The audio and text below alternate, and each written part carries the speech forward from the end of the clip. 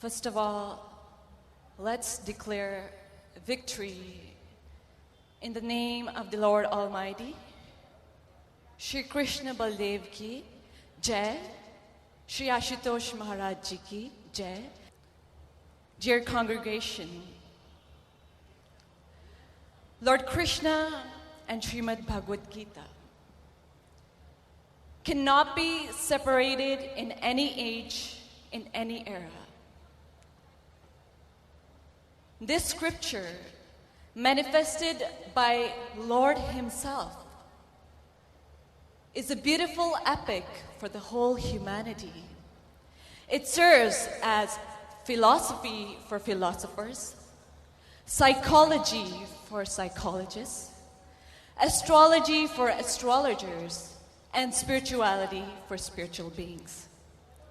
Srimad BhagvadGita very lucidly expounds about inner and outer development, taking one out from utter dejection, sorrow, total breakdown, and hopelessness towards the state of perfect understanding, renewed strength, clarity, and success is the aim of Srimad BhagvadGita. Once, Mahatma Gandhi visited one of the biggest libraries in London and asked the librarian, which spiritual book is most often issued over here? The librarian replied, it is the Gita.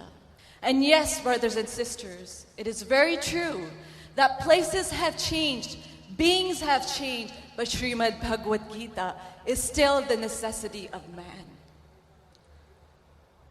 It encompasses all the management strategies to attain equilibrium and to overcome any crisis in life. Management strategies are prevalent in today's world. We talk of work management, money management, resource management, conflict management, stress management, anger management, and not to forget, we also have disaster management. So management has become a part and parcel of our day-to-day life, be it at home, in the office, or in an institution, in the company, or at school. Management is a systematic way of carrying out work in the field of human effort, whereas the absence of management leads to destruction, delay, wastage, poor productivity, etc. A common question, a critical question that arises in a manager's mind is how to be effective in his job. Modern management concepts of Henry Foyle and Peter Drucker, who is known as the father of management, their theories on leadership, motivation, working and planning, all these strategies have been discussed in the Srimad BhagvadGita. But there is one major difference where modern management theories too often discuss the problem at the external material level, whereas the Srimad BhagvadGita tackles the issue from the very root of human thinking. The need of the Srimad BhagvadGita is never as urgent as it is today, where the world is torn apart by cultural fragmentation, rank materialism, criminalization, global competition, technological isolation. The Srimad BhagvadGita is relevant today to today's modern management. But modern management tactics, what do they say? They say by creating a good outer atmosphere, by having the latest technology, a good output can be derived. But my question to you is that by applying such tactics, such strategies, Are we curtailing the problems or are they rising? Well, we can view the situation for ourselves. Social violence, criminalization of institution, strike, suicide, social violence, are they increasing or are they decreasing? Well, the situation is in front of us. My purport is not to discard the modern management theories, but we have to get in tune to the holistic attitude of management. Therefore, management in its totality needs to be redefined. And therefore, brothers and sisters, we have to turn towards the Supreme CEO, Lord Krishna, and his management strategies in the Srimad BhagvadGita. Lord Krishna in the Srimad BhagvadGita tells us what kind of work commitment we should have towards our work. He says, Karmanyavadhikaraste ma phaleshu kadachana ma karma phal heturbu ma te sangostva karmani. That thy right is to work, but not for its fruit. Neither should you be attached to inaction. So working for the sake of work and generating excellence for its own work. A research center in the US, in Bethesda, a research center on mental health, they found out that monkeys, when they were given a brain injection that suppressed their ability to anticipate a reward, what they found out that the monkeys could work more efficiently, more better. And therefore, they concluded that the same worth ethic that was the same for Rhesus macaques, that is the scientific name for monkeys, was not different for human. And Dr. Richmond concluded that if you do not get rewarded, you procrastinate, and therefore you can retrieve better results. And explaining this, Bal Gangadhar Tilakji, he says, he gives us a simile that you do not plant the trees, the fruits of which you eat. This was done by a former generation. This was done by someone else. In similar way, one should perform action without the ability to anticipate a reward. Secondly, the second lesson we get from Srimad BhagvadGita is to be prudentially decisive and not to abuse power. We all are aware that Duryodhana went to Lord Krishna and he was given the opportunity to decide. But he chose Lord Krishna's army, whereas Arjuna, he chose Shri Krishna's wisdom. One chose the numbers, the latter chose the wisdom. And we are all well aware who made a wise decision. So making the right decision at the right time is a quality of an ideal manager. Many individuals have a different quality, different sets of talents in them. And how they use them, how they decide to use them is upon them. It's their choice. Duryodhana, he also had a great amount of intelligence. He had a lot of talent. But he had a selfish motive.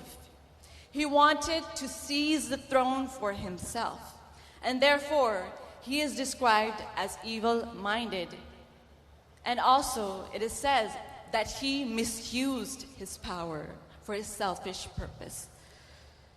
In today's corporate world, we see that there are too many excellent document work, but too little implementation on the ground level.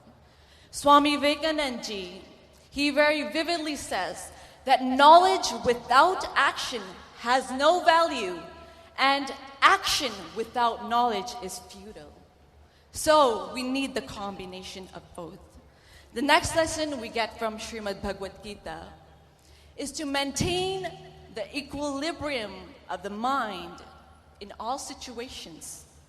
Usually what happens is, when things are going smooth, we are happy. But as soon as something odd occurs, we undergo stress, we are demotivated, and we find it hard to go on. But an idle manager remains the same in adverse and favorable conditions. And therefore, Lord Krishna says in the 56th verse of the 2nd chapter of Srimad BhagvadGita that that person who does not hanker after pleasures and who does not lose hope at the time of adversity, who is free from attachment, anger, and ego, can be declared as a sage of wisdom. And Adi Shankaracharya also says that it is a requirement of one's duty to maintain the evenness of the mind in the face of success and failure. Once you maintain the equilibrium of the mind, you can introspect where you went wrong, and therefore all the shortcomings can be covered. So the whole Srimad BhagvadGita has been unfolded in the battlefield of Kurukshetra. And it teaches a lesson for the modern management that such situations will surface again and again in our day-to-day life. And we have to get up and fight them and be successful in them. The success story of Arjuna fighting the battle and winning it after being motivated and awakened by Lord Krishna should be emulated by one and all. Lord Krishna not only gave self-realization to Arjuna, but he taught him the art of self-management, conflict management, anger management, stress management, and many other aspects of management, which could be used even today. And the modern managers, when they are in a chaotic situation and they can re-motivate themselves, this would serve them or do good to them in a great extent. Because in practical life, every individual is a victim of the Arjuna dis-ease, and therefore we all require the Krishna remedy. And therefore, if we want to know the genuine and real meaning of war, we have to go within. And to go within, we require a perfect master who can enlighten us upon the genuine meaning of all the verses of Srimad BhagvadGita. Otherwise, we would be like the person who brought a horse in front of the individual who was taking food and asked for sandhav. Sandhav is a Sanskrit word which means salt as well as horse. So the urgent need is for internal management. And once we know the way to manage ourselves, we can manage anything externally. Once we know internal management, we can face any type of external managements. And we have to turn towards the supreme knowledge of Srimad BhagvadGita, which teaches us about internal and external management strategies, management tactics. And Shri Ashutosh Maharaj says that many new approaches will continue to emerge, but Srimad BhagvadGita has remained and will remain to be relevant and contribute to many centuries that are here to come. So brothers and sisters, it's been many years. We have been going for external management. The time is ripe. We turn to the concept of holistic management the management of body, mind, and soul, rather than structures and systems. With this, I would like to pause these views over here. And in the end, let's declare victory in the Lord Almighty's name. Shri Krishna Baldev ki Jai, Shri Ashutosh Maharaj ji ki Jai.